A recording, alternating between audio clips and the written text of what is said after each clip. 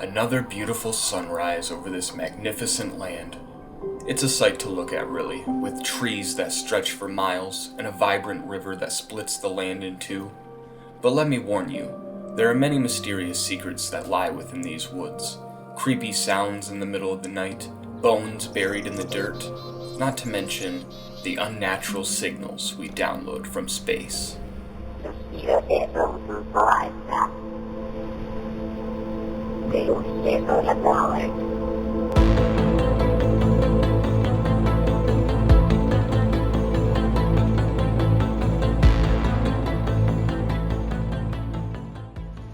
Hey, how's it going everyone? It's your boy Wags here, and I'm back with part 2 of Voices of the Void, where I'm going to continue doing my daily reports all the way up to day 30. Last video ended on day 15, so if you haven't seen that one yet, please go back and check it out in order to get caught up. But we did leave off just outside the bunker. We managed to nab the key card with the hook, and ultimately we were moments away from venturing down inside. This is where part 2 begins. Enjoy.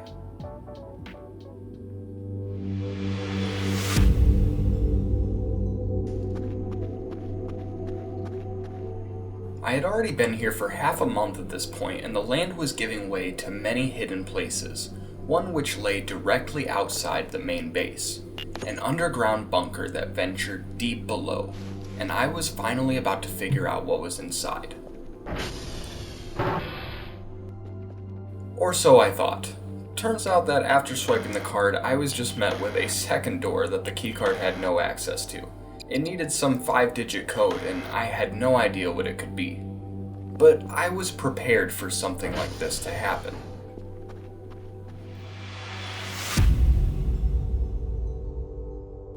The next day when I received my payment, I ordered a password changer and a radio because, well, I mean, come on, I had been here 16 days at this point. I wanted to listen to some music. One of these days, we'll give back the time we borrowed.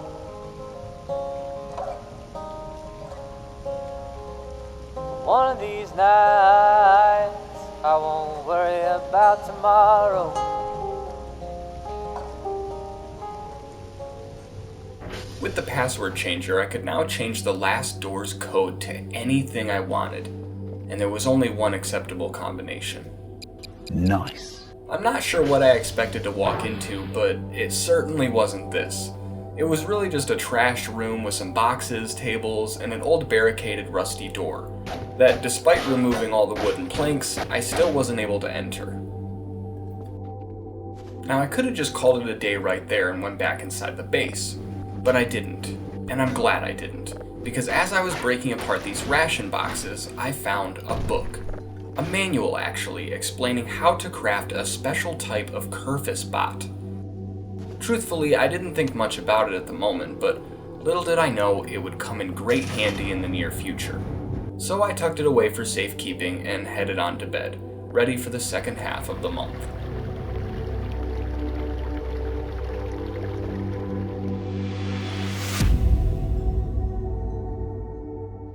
On day 17, I decided to release all my pent-up anger on Little Broomba by throwing it around everywhere.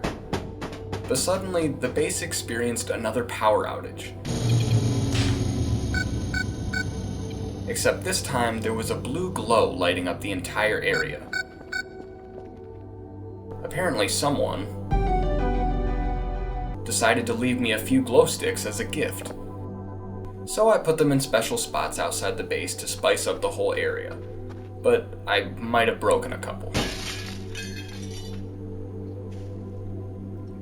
Later in the day, when I was out gathering more hash codes, I stumbled across a structure I hadn't seen yet. A gated up tunnel with a hole that seemed to dwell into the earth for miles. While there wasn't much explanation for the hole, I did happen to find this journal entry next to all the supplies. We finally got more financial support for our mission. We can get deeper this time, but today I noticed something interesting. The hole made one deep, bassy sound. Couldn't record it, and I don't know if it was a naturally made sound, but it sounds like a really deep metal squeak. This hole is pretty weird. I took a few useful things for myself, like some spare batteries, some gas, and a lantern, before I noticed this hidden drive laying below the desk, and the weird thing was it already had a signal on it. I'm guessing it was a recording from the hole. There was only one way to find out, and that was to take it back home and listen to it processed at various stages.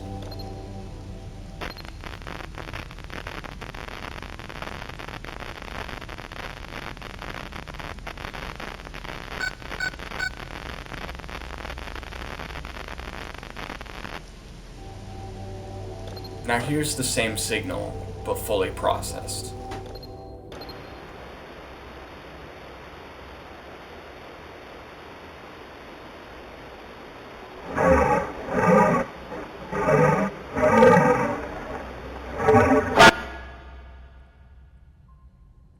I couldn't begin to tell you what made that noise, and truthfully, I don't even want to think about it. Later that night, I had a horde of dots pop up on the radar, and me being the dumb, curious fella I am, I knew I had to step outside and take a look.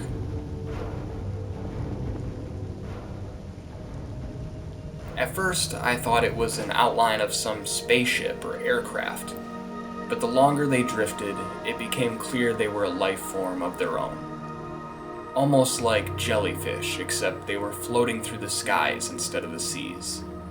It was a simple reminder that not everything that shows up on that radar is harmful to me, and I should just look around once in a while.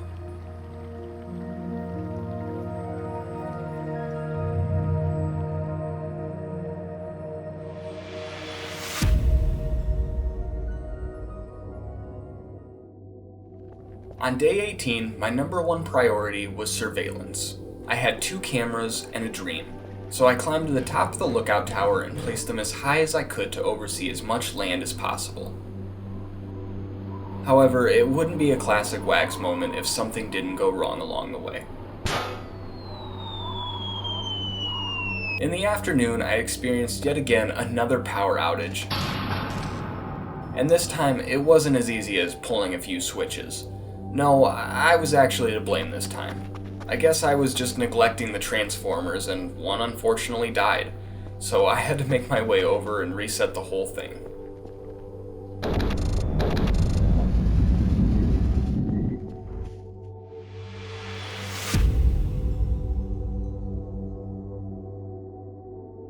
The next day while checking servers, a vent almost fell and killed me. And later when downloading signals, I got sent a rather personal message. Curiosity kills. Apparently whatever's out there isn't too happy about all the snooping around I've been doing. Now, a normal person wouldn't be frightened by this, but I had been here 19 days already, and I only had one thing on my mind. Coffee. Coffee. Coffee. By the end of the night, I had a nice little setup for morning brews or just when I needed an occasional boost.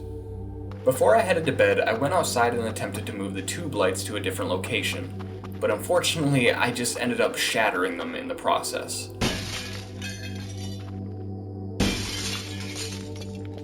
Not gonna lie, I was pretty disappointed in myself after that one.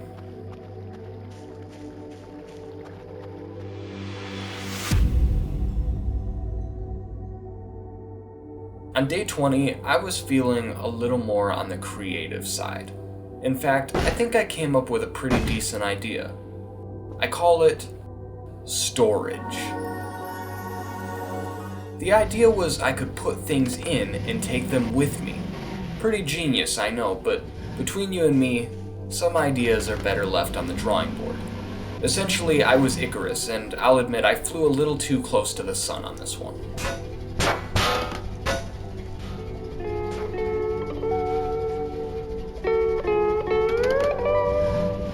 I'm not kidding when I say this, I never found that item crate again. It literally rolled down that hill and out of existence. It was also my mission today to clear out this transformer shed and hopefully once again make a good chunk of change by selling all the scrap. So enjoy this quick cleaning montage.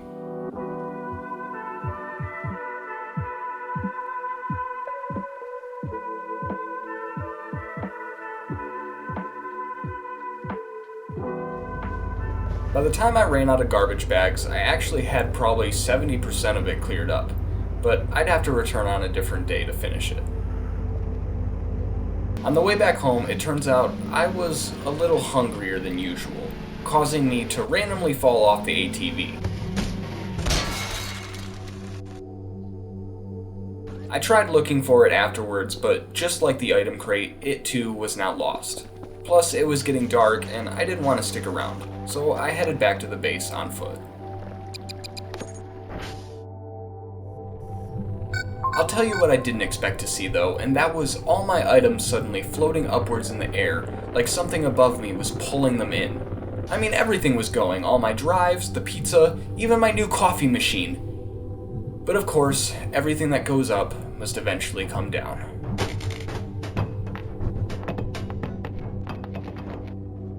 So yeah, the base was a complete wreck, and I wasn't really looking forward to cleaning and reorganizing everything. But it led me to a discovery I probably should have found, well, 20 days ago. In the corner of the back room that I sleep in, hidden underneath all the ration boxes, was a barricaded ladder that seemed to lead down to the basement. A basement that I had no idea even existed until now. It was a long way down, but I had to find out what secrets might be down there. As it turns out, it was just another cramped concrete room. But what did stand out was a journal that happened to have a bunch of daily entries. I'm assuming from the person who took care of this area before me. As the days go up, the entries get more and more unstable, leading all the way up to the final page simply stating, "Get out of here."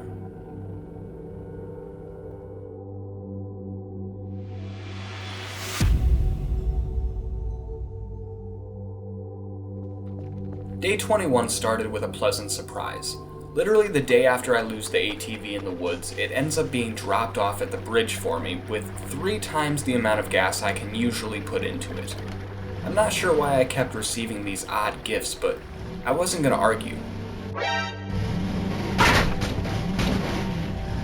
Besides that, day 21 didn't have much else to offer since I just spent the rest of the evening reorganizing everything from the night before. I also ordered some new tube lights to make up for the old broken ones, and while they weren't nearly as bright, I was okay with them.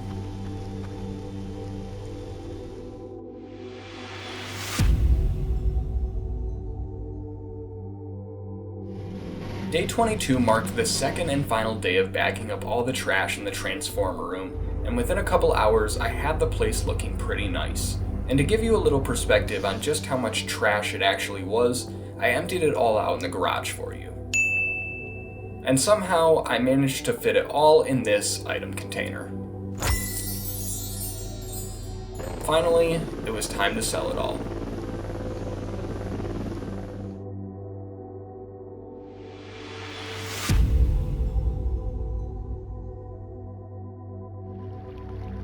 On the morning of day 23, I found myself playing a game called How Far Can I Throw Curfy?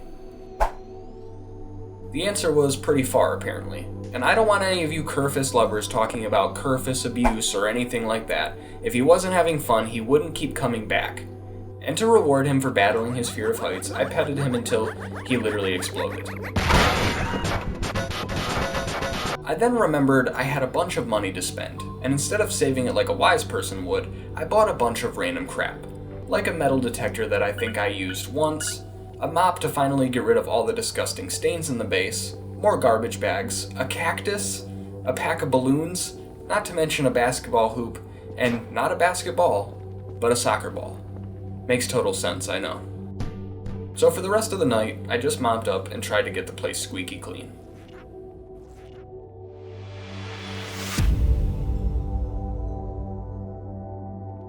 Day 24 was weird to say the least.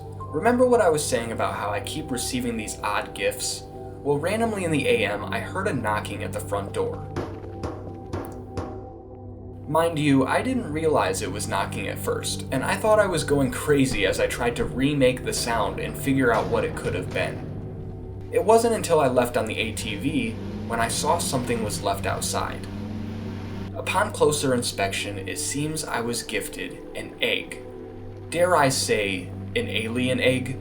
I figured it was in my best interest to take care of it as best I could. After all, whoever left it on my doorstep must have thought I'd be a good parent to it. So I set it up right between the drives and the computer, and then left off to finish my tasks for the day.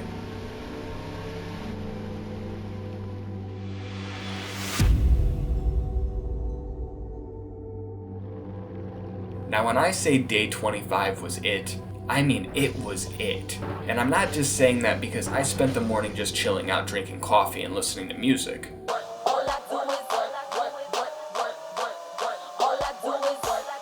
But more so because today was the day that I would officially put that Omega Curfus manual to work. So I cleared off the workbench and went and grabbed Little Broomba. That way I could use all the plastic and trash scrap I needed and use it to make the vital parts for Omega Curfus. Unfortunately, this also involved taking apart the beloved Curfus we had already come to know. And lastly, it was time to officially put all of our parts on the workbench for the final craft.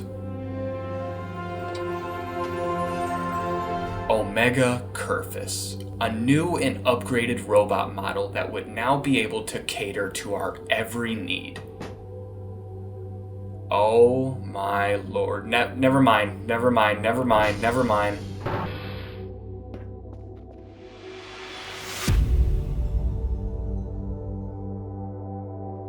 Day 26 was actually the first day ever that I didn't have to run out and get hash codes, since the new Curfy could just do that for me. So I went out and tried to explore the old well a little more, which ended up with me falling all the way down inside. I was stuck for probably 20 minutes while I tried to climb out.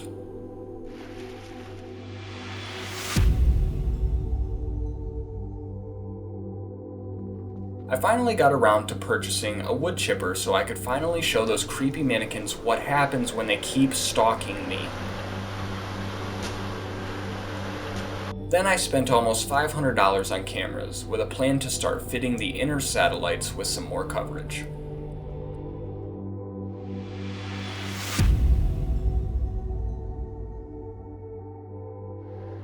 On day 28, I shredded up some more mannequins and then started on my way to hang up all the security cameras. Some of them were easier than others. I had just gotten done with the uniform satellite and was heading to Papa when I was startled by rapid footsteps.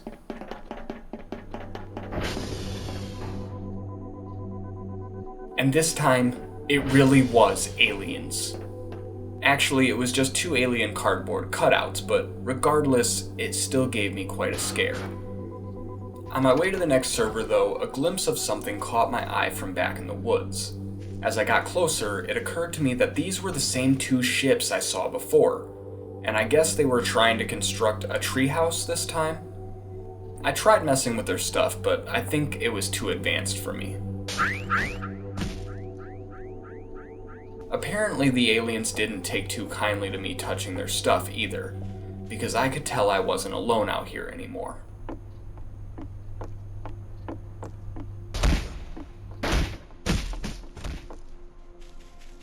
They were literally here with me, just disguised with some cloaking device. I could just barely see the ripple in the air around them as they walked towards me. I needed to get some payback for knocking me around so much, so I stole their cool alien light and brought it all the way back to the base where I set it up. But they ended up tracking me down and just bodied me once again before leaving with the light. Honestly, I was just happy to still be left with my life after encountering them so many times. It seemed to be apparent they meant no real harm to me, which I was thankful for.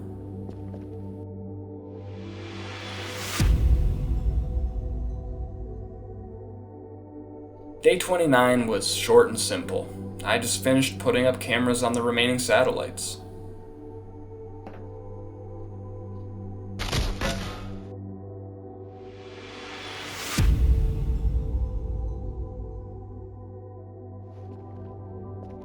Day 30. A whole month. Truthfully, I wasn't sure if I would actually make it this far.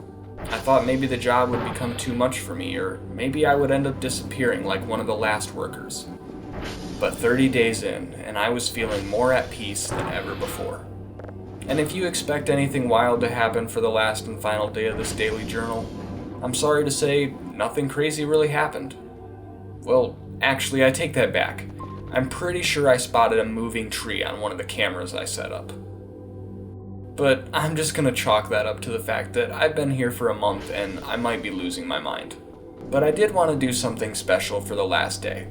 I wanted to celebrate. So I dragged a few tables outside and ordered some chairs, a cake, and a bunch of cookies. Curfy even helped with the setup, and we spent the rest of the day just relaxing outside listening to some tunes.